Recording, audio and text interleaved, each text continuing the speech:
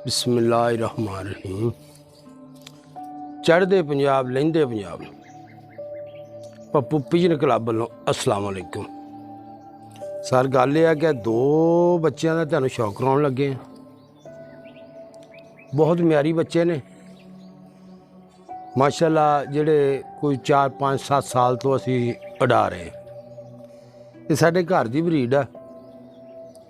कोई शौक करो, अगर तुहाडी समझ आ जाण साडे नाल राबता करो। पूरा पाकिस्तान कारगो जनाब, बच्चे चेक करो। लो जी, पहला बच्चा चेक करो जी।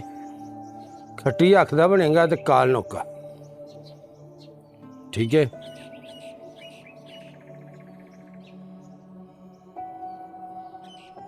शौक करो बच्चे का,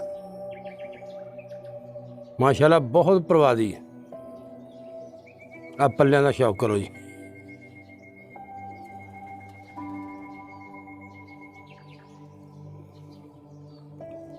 आ दूसरे पल्ले का शौक करो जी।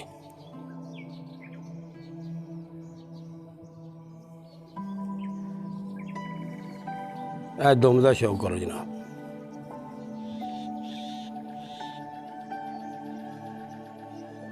आ बच्चे दे पंजे है, जरा गौर नाल चेक करने पंजे, ठीक है।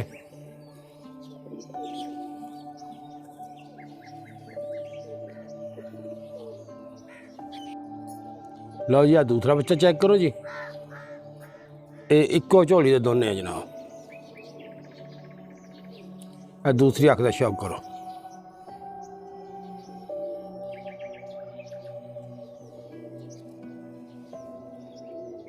आ पारकुंदे का शौक करो जनाब।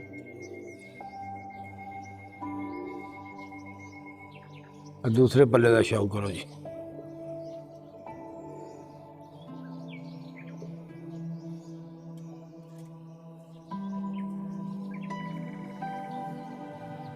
आप पूछ लो बच्चे की, चेक करो।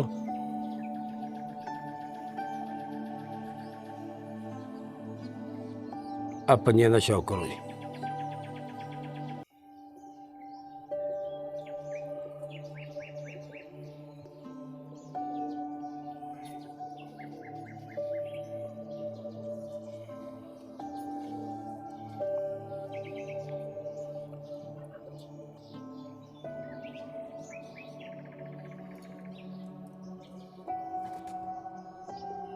लो जनाब, आप बच्चे फिरदे टुरदे वीडियो चेक करो, ठीक है।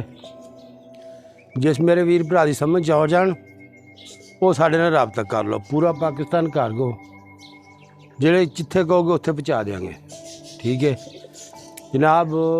अगर साड़ी वीडियो अच्छी लगे सब्सक्राइब लाइक ज़रूर कर छड्या करो। मेहरबानी जनाब, अल्लाह हाफिज़।